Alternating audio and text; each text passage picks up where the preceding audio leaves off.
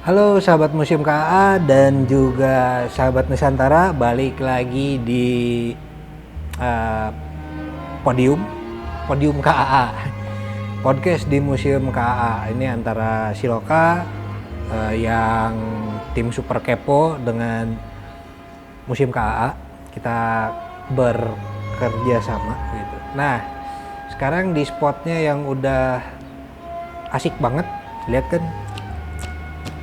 Mirip sama yang belakang. Sekarang masih bahas Dasar Sila Bandung dengan Kang Wisnu, edukator dari Museum KA. Ini mungkin biar kenalan dulu aja ya, Kang Wisnu. Di MKA jadi apa? Saya edukator Museum Konferensi Asia Afrika. Jadi memandu setiap pengunjung yang datang ke Museum KA. Oke, dan masih muda, jadi udah berapa lama nih Apanya nih? Berapa lama nih di Museum KA? Kalau tanya berapa lama, sebetulnya sudah lama ya. Karena dulu saya bergabung di Museum KA itu di Sahabat Museum Konferensi Asia Afrika di SMKA.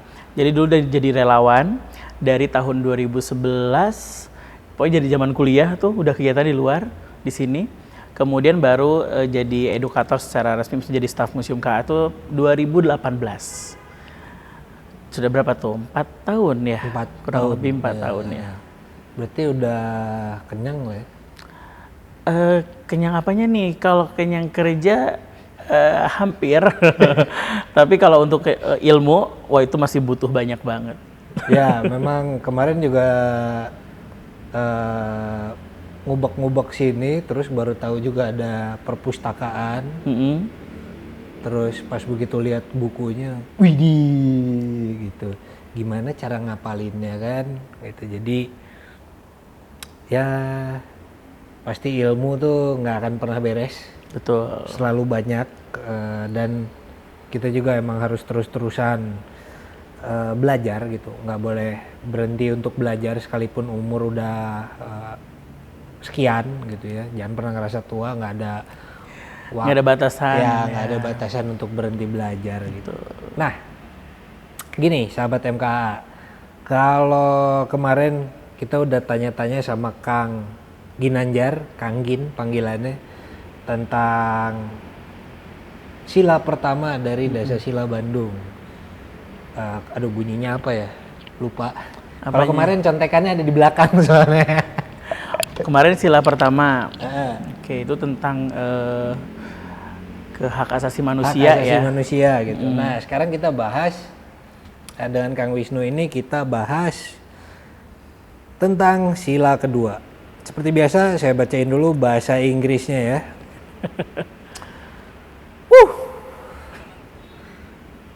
Respect for the sovereignty and territorial integrity of all nations. Oke. Ya. Bahasa Indonesianya, menghormati kedaulatan dan integritas teritorial semua bangsa-bangsa itu. Nah, mungkin kedaulatan dan integritas teritorial. Iseng aja deh. Saya pengen nanya. Emang ada gitu masalahnya? Sesama Asia Afrika ya? Jadi kenapa akhirnya sila ini ada gitu ya? Apakah kan yang saya tahu kan gini, kalau dari bangsa penjajah mengambil teritorial kayaknya itu ada, tapi kalau Asia sama Afrika saya nggak tahu ada nggak sih. Oke, ya menarik. Jadi menghormati kedaulatan dan keutuhan wilayah semua negara, kan ini sila kedua ya. Jadi kalau tadi Kang Balki ini ada masalahnya apa gitu ya di balik lahirnya sila kedua. Jadi kalau dari beberapa sumber yang saya baca itu, kita bisa flashback dulu nih Kang, ke sebuah peristiwa yang sangat besar sebetulnya. Ini adalah sebuah peperangan yang terjadi kurang lebih 30 tahun di Eropa. Oh oke. Nggak tahu ya, udah mulai nih, udah mulai kebuka nih. 30 tahun itu dari tahun 1618 sampai 1648. Itu namanya Westphalian. Oh, Westphalian. Ya, Westphalian atau Westphalen. Nah itu kan perang yang terjadi di Eropa selama 30 tahun. Ngapain perang-perangnya? Yaitu karena batas-batas itu. Karena dulu batas-batas tuh nggak jelas kan. Sahabat Museum, jadi batas-batas setiap wilayah negara itu nggak jelas. Dan saat itu setiap negara menyebarkan pengaruhnya. Kemudian menentukan batas-batas sendiri.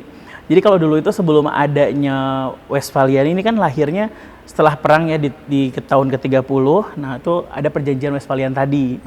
Nah di perjanjian itu mengupas masalah yang batas-batas tadi gitu. Nah sebelum adanya Westphalian atau Westphalen itu dulu batas-batas negara itu ditentukannya gimana saya bahasanya yang mudahnya. Jadi kayak gini, kalau budaya Prancis ada di satu wilayah A. Ya. Nah, itu wilayah A tuh punya Prancis. Oke. Gitu. Wilayah B ada juga budaya Prancis itu, yaitu berarti wilayah Prancis. Nah, dulu seperti itu. Gitu. Nah, dengan adanya Westphalian ini atau Westphalen, akhirnya batas-batas itu lebih jelas gitu, diatur. Makanya mata kuliah hukum lagi hubungan internasional juga dianggapnya muncul pada saat itu. Gitu. Jadi sejarahnya tuh itu munculnya kedaulatan batas-batas itu di situ. Setelah perang 30 tahun Eropa itu untuk menentukan batas-batas wilayah di sana lebih jelas lagi. Oke, tapi saya agak mikir juga, terus kalau daerah yang hybrid gimana ya? Hybrid. Misalnya nih, Belgia, itu kan sebagian memang dia berbahasa Prancis, sebagian berbahasa Belanda. Terus ada ya namanya juga di perbatasan gitu kan. Ya mereka bahasanya campur aduk. Nah yang kayak gitu gimana ya? Nah itu kan dulu tadi sebelum ada yang Westphalian tadi. Oh oke. Jadi setelah ada Westphalian baru udah nggak lagi yang begitu. Oh udah jadi dijelaskan. mungkin konfliknya pas di tempat-tempat hybrid gitu kali ya? Iya bisa jadi. Jadi kayak kalau Indonesia mungkin kayak Cilacap gitu ya, karena ada Sundanya di Jawa gitu. Ya kalau dari nama itu kan Cilacap, itu itu udah Sunda banget, udah Jawa Barat banget gitu. Tapi pas begitu ngomong, kok Jawa gitu kan, gitu. Ya, mungkin konflik-konfliknya tuh di wilayah seperti itu kali ya, atau mungkin Cirebon gitu kan, Jawa enggak, Sunda enggak, gitu. Tengah-tengahnya nyampur gitu. Iya kan? betul. Mungkin daerah kayak gitu. Iya kurang lebih seperti itu. Terus lanjut gimana? Nah, terus kok saya tiba-tiba lupa nih. Boleh ya nyontek ya? Oh boleh. Ini ada beberapa catatan-catatannya, saya takut lupa. Nah kan setelah itu kan dari situ juga tuh Kang muncul yang namanya konsep state nation. Oke. State nation, negara bangsa yang itu tadi untuk mengatur batas-batas wilayah setiap negara-negara di wilayah tersebut gitu. Dan contoh lagi nih Kang, itu kan tadi di Eropa nih contohnya. Kalau alasannya kenapa istilah ini juga muncul, kita lihat deh coba peta peta benua Afrika. Oke. Kalau kita lihat itu setiap batas negaranya itu kan garis lurus. Ya. Kenapa itu? Oke, saya punya jawabannya. Mungkin sahabat Museum KA sama sahabat Nusantara ada yang tahu dua mungkin jawabannya beda jadi nggak apa-apa ya. Gini, kalau dari aspek antropologikal sebenarnya kalau negara-negara Asia biasanya menggunakan perbatasan wilayah itu biasanya sungai. Sungai, oke. Biasanya sungai. Kalau kita lihat di peta, makanya kenapa batas Jawa Barat sama Jawa Tengah garisnya gitu abstrak, set. Atau lihat Kalimantan, pokoknya semua sedunia, bahkan mayoritas lah. Itu batasnya tuh random dan biasanya itu pakai sungai. Kenapa? Karena sungai itu kan sumber kehidupan, air itu sumber kehidupan. Jadi mereka berbagi konsepnya. Jadi ujung sisi mana gitu ya? Ini anggap aja ini sungai gitu kan. Nah ini wilayah saya, kita bisa mancing di situ. Nah wilayah Kang Wisnu sebelah sana, tapi tetap bisa mancing di situ. Itu adalah konsep batas negara zaman dulu. Tapi ada satu perbedaan kalau misalkan kita lihat benua Amerika. benua Amerika. Afrika. Amerika Serikat. Oh, Amerika Serikat. Amerika Serikat itu batas negaranya, batas wilayahnya, batas kabupaten. Ada kabupaten nggak ya di USA? Ada nggak tuh? Ya, saya juga nggak tahu tuh. Ya pokoknya batas-batas wilayah itu garis solid, kotak. Gitu. Kenapa? Karena mereka itu pendatang dari Eropa. Lalu mereka bikin batas wilayah dan batas wilayahnya tuh lurus aja gitu. Itu ciri bangsa pendatang bikin border itu biasanya seperti itu. Itu dari anthropological. Gimana dari kamu? Nah, kalau saya tuh pernah baca dan juga dikasih tahu nih Kang. Jadi belajar kan kita ya, namanya edukator. Jadi benua Afrika itu dipecahnya, kenapa garis-garis itu? Karena langsung digarisin di peta, dan itu sesuai dengan kebutuhan negara-negara kolonialnya. Tuh kan benar, negara kolonialnya. Ya kan? Mirip kan? Mirip. Tadi kan negara yang datang, Iya. dia bikin wilayah sendiri, ya kan? Ini juga sama seperti itu, tapi dengan kepentingan si negara kolonialnya tersebut gitu. Oh, okay. Dilihat mungkin dilihat di daerah ini, oh ini nih urusan kita segini, ya udah ini yang digarisin. Okay. Gitu. Jadi itu apa ya? Sejarah mungkin ya, bisa dibilang sejarah adanya sila kedua. Oke. Tapi pernah ada nggak sih sebenarnya di Asia yang berebut wilayah gitu? Di Asia berebut wilayah. Perairan paling, ya nggak sih? Tapi saya agak takut ya nyebutin. Ya oke, di perairan. Oke. Ada kan? Yang masalah ya, laut. Iya. Itu gitu. Ya betul. Ya kan? Itu berarti sampai sekarang masih ada ya? Masih. Berarti ada juga ya negara Asia Afrika yang melanggar. Mungkin nggak melanggar deh. Nggak melanggar kali ya Kang bahasanya ya. Saya juga nggak terlalu paham ya kalau ke masalah yang batas mereka ini apa gitu, kurang tahu juga gitu. Cuma kan kalau kita lihat di berita-berita juga kan disebutnya itu, dan mereka waktu itu bagian wilayah mereka gitu. Padahal tuh menurut Indonesia itu wilayah kami. Gitu. Iya.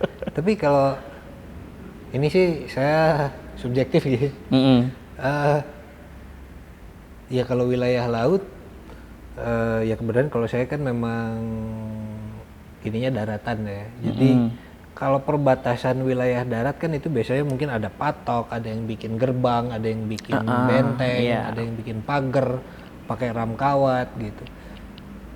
Atau mungkin hanya garis aja gitu, tapi jelas kan batas negaranya. Tapi kalau di laut kan nggak mungkin juga kita ngegarisin. Kayak tarik tambang gitu ya dari ujung pulau ke ujung pulau. Kan kebayang perahu lewat nyangkut, ribet gitu. Betul. Nah mungkin ini bukan pembenaran sih, tapi mungkin ada sedikit kebingungan juga ya untuk kayak wilayah-wilayah laut gitu. Karena saya juga nggak tahu seperti apa, mungkin harus nanyanya sama marinir kali. Gimana sih caranya biar tahu batas wilayah laut Indonesia? Itu unik sih Kang. Jadi apa ya, batas sekarang itu kan jadi unik ya. Batas itu kan ada batas lautan, ada batas daratan gitu. Batas-batas ini tuh kalau di laut tuh kan ada aturannya ya, sekian mil dari bibir pantai atau dari daratan itu termasuk zona apa gitu. Termasuk juga ada zona apa yang sebut tuh namanya laut bebas, perairan lepas. Iya, perairan lepas. Ya kan, itu kapal-kapal boleh lalu lalang di situ gitu. Itu juga kan diatur gitu. Iya. Terus apa namanya? Kalau kita lihat nih Kang, Indonesia kan kita punya namanya Profesor Dr. Muchtar Kusumaatmadja. Ya itu nama jembatan yang baru. Namanya sekarang diabadikan kan jadi nama jalan ya, jadi nama jalan layang di Bandung yang menggantikan nama Pasupati. Nah beliau itu kan selain Menteri Luar Negeri Indonesia, beliau itu serius Menlu? Iya Menlu dulu yang meresmikan yang menggagas Museum KA kan beliau. Maaf saya nggak tahu.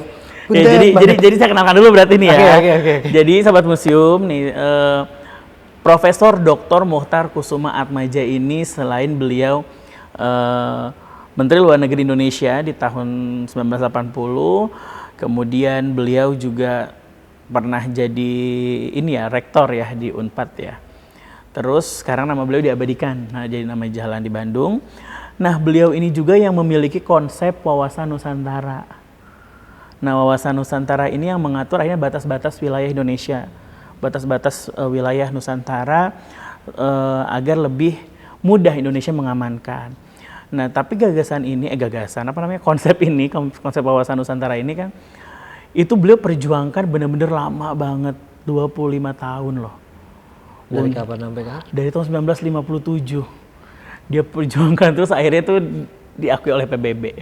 57, 67, 77, 82. 82. Baru diakui. Baru diakui. Wow. Sebuah perjuangan yang panjang ya. Ya, tapi akhirnya itu sampai hari ini pun masih digunakan. Gitu. Yang akhirnya jadi yang konvensi di PBB kan, akhirnya dipakai lah gitu sampai sekarang untuk peraturan atau mengatur batas-batas wilayah gitu. Nah ada juga kan yang disebut dengan ada tadi laut lepas, laut teritorial dengan lebarnya 12 mil, ada lagi zona ekonomi eksklusif. Oke. Nah, itu Muchtar Kusumaatmadja juga yang bikin? Kalau zona ZEE enggak. Cuma kan berawalnya dari situ. Oh iya. Dari situ. Nah itu hebatnya gitu Pak Muchtar Kusumaatmadja. Ih keren banget ya Pak. Nah, juga sih kalau misalnya bisa didengar sama PBB ya. Iya makanya. Canggih, tapi ya itu dia butuh perjuangan yang begitu lama. Yang akhirnya perjuangan beliau akhirnya diakui gitu dan diterima gitu. Ya 25 tahun. Ya kebayang gitu ya kalau sekarang kebanyakan teman-teman mahasiswa terutama nih, saya sebut aja ya kalian ya. Pengennya instan gitu, bikin apa setahun jadi, besok jadi gitu. Iya. Itu Profesor Kusumaatmadja 25 tahun. Sampai lulus S1 tuh kalau bayi. Udah S2 sebetulnya kan. Kan biasanya orang S1 lulus 21. Nambah ya, lagi. Kalau zaman sekarang 21 22 lah lulus S1. Kalau dulu kan plus bandel-bandelnya. Plus bandelnya. Ya 25 ya. 25 lah. Iya. Terus ini kan tadi kalau kita lihat dari sejarahnya, kemudian ini kan untuk human gitu, kalau bahasa anak sekarang tuh human. Batas-batas wilayah untuk human. Ada jarak yang tadi 12 mil. Terus ada yang tadi ZEE itu jaraknya dari garis pantai itu 200 mil. Lebih luas lagi. Dan itu juga kan dikuasainya oleh negara tersebut gitu. Tapi pertanyaannya, gimana kalau jarak negaranya nggak nyampe 200 mil? Dengan batas-batas negara lain. Kayak Tuvalu gitu. Negaranya kecil. Gimana batasnya tuh? Gede. Ya kan? Nah itu jadi ditarik dari titik masing-masing negara, mentok di tengah, ya udah sejauh itu. Ya kalau misalkan negaranya di tengah pulau gitu kan, di tengah pulau di tengah laut. Negara di tengah pulau gimana ceritanya? Negaranya di tengah laut, berarti ini pure 200 mil. Ya. Gitu, 300, 200. Jaraknya 200. Tapi kalau misalkan dia dempetan gini berarti hitungnya gini. Kayak sebelahan gini kan? Gini. Nah, dari sini contohnya maksimal ternyata cuma 100 mil. Ya udah tarik berarti 50-50. Oh, ambil tengahnya ya? Ambil tengahnya. Oke, gitu konsepnya. Oke, siap. Gitu. Tapi kalau luas ternyata kayak Samudra Hindia yang luas banget ya. Nah, itu kan luas banget tuh. Udah nih mentok 200 mil. Yang ini tengah-tengah tuh udah lepas berarti. Gitu. Oke. Paham. Jadi batas-batas itu sih yang harus dihormati. Dengan adanya sila kedua itu, yaitu yang harus dihormati oleh para negara-negara itu, gitu yang mengakui. Oke, terus itu kan lebih ke maaf ya, sahabat Museum KA dan sahabat Nusantara, saya nggak inget silanya. Oke, menghormati itu kan tadi teritorial ya? Kedaulatan dan teritorial. Bukan teritorial? Dua kan? Nggak, kalau tadi kan tentang ZEE, garis pantai, itu kan teritori ya? Sama aja, Oh, sama aja? kan pengakuan, mengakui si batas-batas itu. Kayak kita kan negaranya kepulauan ya, Heeh. kayak gitu. Bentar, kedaulatan tuh apa sih? Kedaulatan itu bukannya ini ya, apa kayak Berdaulat apa ya bahasanya ya? Heeh. Googling dulu. Kedaulatan adalah Kekuasaan, daerah kekuasaan. oh, daerah kekuasaan. Oke, oke, oke, oke. Oh, menghormati wilayah kekuasaan dan zona integrasi. Oke, ya ini ngomong-ngomong tentang Profesor Mochtar Kusuma Atmaja nih. Kemudian kita kan Siloka Nusantara. Oke. Ada kata Nusantaranya, Kang. Saya tertarik aja tadi wawasan Nusantaranya Profesor Mochtar Kusuma Atmaja tuh apa sih? Ya, jadi ini ya, Siloka Nusantara, wawasan Nusantara. Mirip juga ya Kang ya? Ya, jadi wawasan Nusantaranya Profesor Dr. Mochtar Kusuma Atmaja itu kan berawal dari gagasan batas teritorial laut Indonesia. Itu di Deklarasi Juanda tahun 1957. Nah, baru jadi konsep wawasan Nusantara yang kemudian diperjuangkan oleh Profesor Mochtar Kusuma Atmaja ini ke PBB. Dan itu bertahun-tahun, akhirnya baru diakui di tahun 1982 gitu oleh PBB si wawasan Nusantara ini, yang sampai hari ini masih digunakan gitu ya, jadi acuan gitu. Kenapa PBB mengakomodir ide Pak Mochtar itu? Kira-kira kenapa? Kalau kita lihat lagi ke sejarah yang tadi sudah saya ceritakan tuh Kang, yang mulai dari Westphalian, terus kemudian batas-batas wilayah di beberapa negara yang awalnya hanya untuk kepentingan negara penjajahnya, ya akhirnya mungkin Liga Satu terima menjadi kayak tolak ukur, pedoman gitu ya untuk menentukan batas-batas wilayah di setiap negara. Canggih juga ya orang Indonesia tuh, jangan salah. Keren kan? Udah ada ya bukan hanya Bung Karno aja lah gitu yang canggih-canggih di Indonesia gitu. Ternyata ada Profesor Mochtar Kusuma Atmaja juga yang menggagas ya itu tadi urusan Ya, batas-batas gitu ya. kayak gitu ya. Canggih gitu. Belum mungkin ntar ada yang lain-lain lah ya. Itulah kenapa kita bikin podcast di Museum KAA. Karena jujur aja Kang, memang saya nggak banyak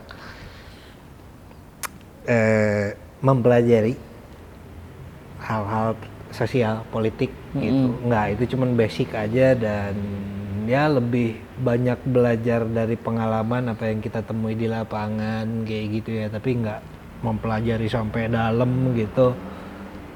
Enggak, tapi memang kami di Siloka juga meyakini bahwa kita tuh punya value yang besar, bangsa kita tuh punya value yang besar. Kita bukan bangsa tertinggal gitu. Iya. Gitu. Dan pemikir-pemikir Indonesia itu banyak, tapi kitanya aja yang nggak tahu. Benar. Gitu, dan ya di zaman kekinian juga ternyata banyak kok saintis Indonesia yang go internasional. Betul. Terus ya kalau di bidang kami gitu ya, lebih ke science, engineering, itu banyak banget di luar gitu. Nah, itulah yang harus kita gali terus gitu, dan terutama konsep pemikiran Nusantaranya itu. Jadi bukan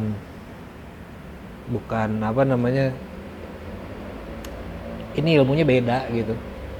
Kayak ya seperti tadi Pak Mochtar gitu, itu lihat dari, mungkin beliau juga pasti belajar mungkin tentang Westphalian gitu, terus tentang konflik negara-negara di era kolonial betul.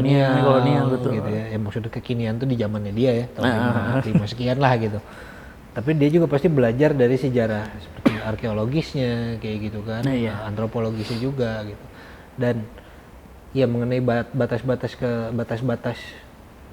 kedaulatan gitu, teritorial. Ya sebenarnya yang tadi saya ceritakan gitu, kita sudah jauh lebih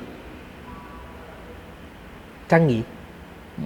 Bangsa-bangsa di Nusantara itu udah lebih canggih dan dengan bikin batas, ya udah kita bikin batas sungai aja biar bermanfaat bagi kedua belah pihak. Gitu. Jadi kalau kita lihat di kerajaan-kerajaan, film-film kolosal nih, kan kalau kerajaan di luar itu ada bentengnya gede, gitu kan, kayak Gondor kalau di Lord of the Rings gitu. Lord of the Rings ya. Tahuan di tahun berapa sih? Ya tapi gambarannya kayak gitulah, atau apa tuh yang serial tuh, yang Inggris tuh. Ya kerajaan itu ada bentengnya, batasnya benteng. Nah itulah makanya kenapa satu sisi lebih sempit, terus kedua ya memang sangat teritorial banget. Mereka memberikan batasan. Iya sangat, ya memberikan batasan yang ekstrim gitu. Kayak kita mau sebagai warga mau keluar pun harus izin apa dan lain-lain gitu. Sedangkan kalau kita kerajaan-kerajaan di Nusantara itu wilayahnya biasanya hanya patok. Patoknya itu batu gitu kan, kalau di zaman dulu sungai kirinya patok kerajaan A, kanannya patok kerajaan B. Gitu. Udah gitu. Jadi memang nggak banyak konflik juga sebenarnya. Gitu. Bangsa kita itu udah bisa meredam banyak konflik. Padahal ya beda negara kan ya. Ya kita berpikir kalau suku bangsa itu dulunya negara gitu kan. Tapi nggak banyak konflik. Konflik-konfliknya itu diselesaikan dengan cara yang lebih humanis gitu. Makanya mungkin ini mah so tahu aja saya mah. Profesor siapa tadi, Muchtar Kussumaatmadja juga kayaknya ya dia berangkat dari situ ya gitu. Dia sebagai bangsa Asia, bangsa yang punya budaya tinggi gitu, dan dia mencetuskan ide ini gitu. Ya secanggih. Ya jadi itu kalau kita lihat pokoknya jadi kesimpulan dari kesimpulan aja gitu. Kalau kita lihat dari sila kedua, menghormati kedaulatan dan teritorial ya, itu dari kan berawal dari sejarah yang batas-batas nggak jelas, hanya ditentukan dari budaya-budaya yang ada di situ, itu menjadi hak mereka.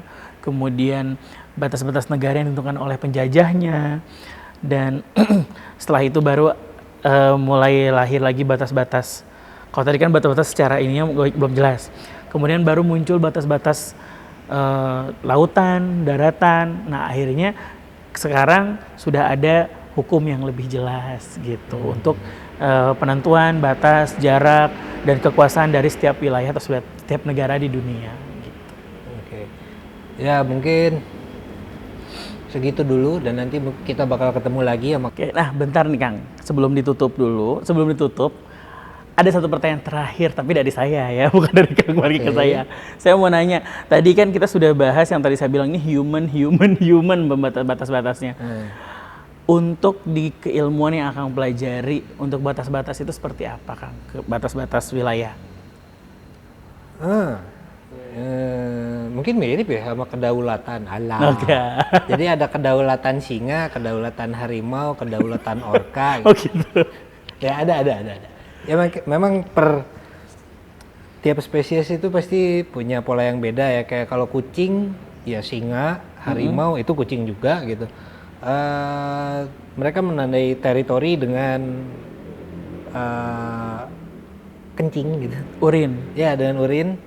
Itu untuk nandain batas wilayah. Terus beruang enggak, karena beruang itu mereka makhluk yang cukup komunal, mereka berkelompok juga gitu. Nah kalau untuk satwa-satwa yang berkelompok ya teritorial mereka itu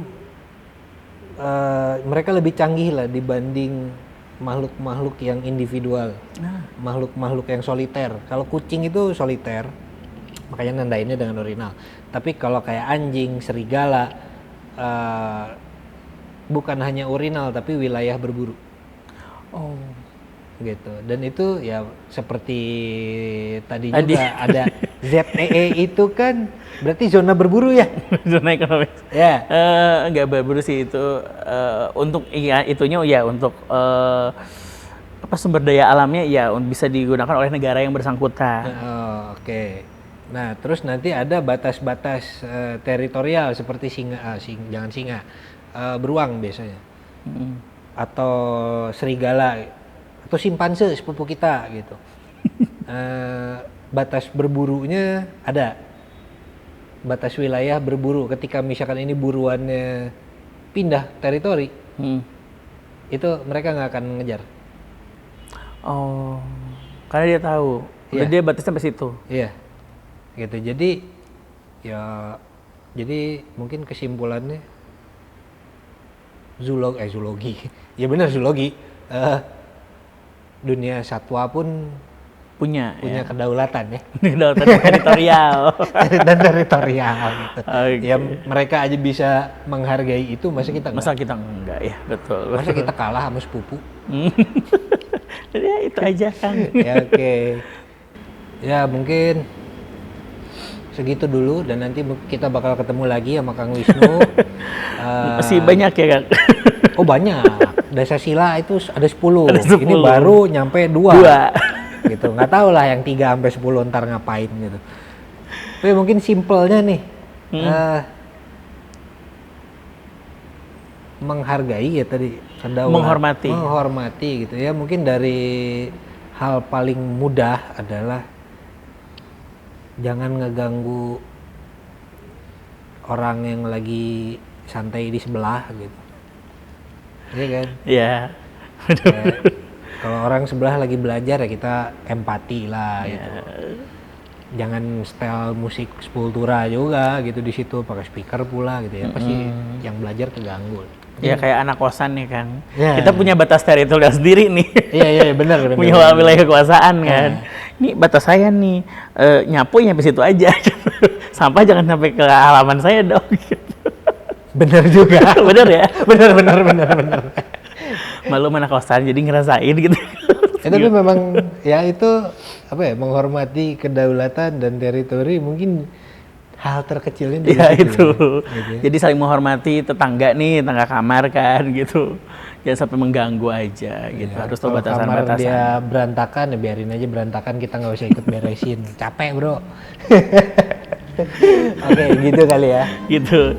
Oke, sahabat Museum KAA, sahabat Nusantara juga, kita udah belajar tentang wawasan Nusantara. Ya, di sila kedua dari Dasa Sila Bandung ternyata menyenangkan dan banyak value yang bisa kita dapat. Oke, jadi sampai jumpa di episode selanjutnya Podium KAA, podcast di museum bareng Museum KAA dan juga Silokan Nusantara. Oke, dah.